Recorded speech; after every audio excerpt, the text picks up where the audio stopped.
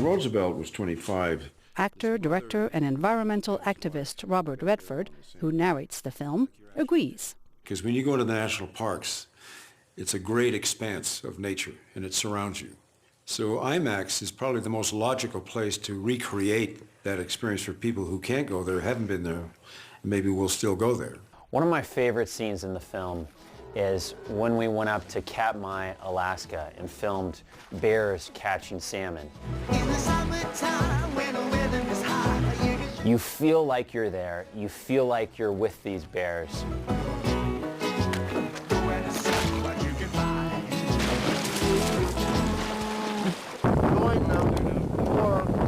The team endured extreme weather conditions and difficult terrain to capture the amazing sights and sounds of America's natural treasures. Getting the camera into location for the climbing shoots was pretty challenging, especially on Devil's Tower.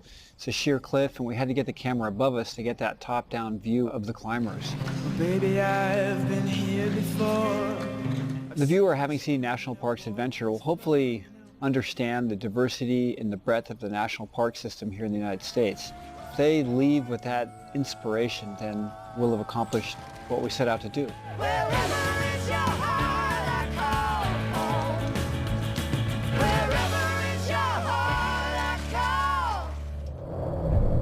Julie Tabo, VOA News.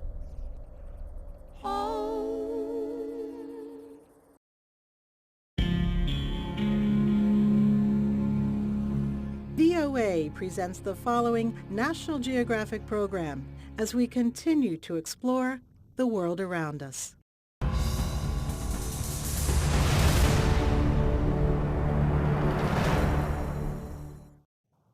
Most people, when you say Arabia, they think camels, terrorism, pirates, oil and gas.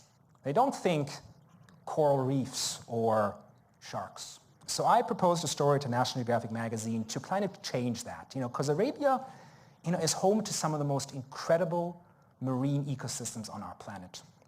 Fortunately, the story was approved and off I went, at the same time as the Arab Spring was going on. So my timing on these stories is not ideal, but nonetheless, the Arabian Peninsula, and we covered parts of the African coast as well, the Red Sea, the Gulf of Aden, the Arabian Sea, and then the Persian Gulf. We began in the Gulf of Aden on the Somali-Djibouti border, sandwiched between pirates and the Western naval forces hunting the pirates. There is an aggregation of whale sharks, which nobody knows about, and every year these young juvenile whale sharks aggregate to feed. Whale sharks have fingerprints just like us, and you can identify them by looking at the spot pattern on them. And each whale shark is completely unique with the spot pattern. So after a week or two, I think there was almost more than 100 different whale sharks feeding in that larger area. The biggest danger for a photographer here is becoming a whale shark sandwich. And then you get this sort of, these guys actually suck the water in. It's this incredible, stationary feeding, gulping behavior. I also spent a lot of time with the local Somali and Afari fishermen because I wanted to document their relationship with the ocean. I spent many nights out at sea with them, and then one night after midnight they go, hey, we sometimes have lots of whale sharks around our boat at night. And I go, whale sharks don't feed at night. They go, yes, they do. These guys have these sort of lights on their boats, and with those lights they attract small plankton, which attracts bait fish. And they catch these bait fish with nets, and then they use the bait to catch, on a hook to catch larger fish. And the whale sharks love the free meal of plankton. And they rub up against the boats, and I'm going, I have to take this picture. No one had actually documented this before. So I go in the water and I'm using my flashes and they ruin the complete nighttime ambience. And the whale sharks don't like him. And then I shoot without them, but the lights on these boats are just way, way too dim. Luckily, I come prepared. And, at night, we park the big boat next to the small fishing boats and we turn on the light. And the light attracts little plankton, which attracts big plankton, which attracts little fish, which attracts bigger fish.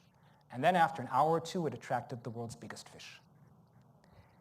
It's kind of weird because it's hard to get a perspective of size with whale sharks, but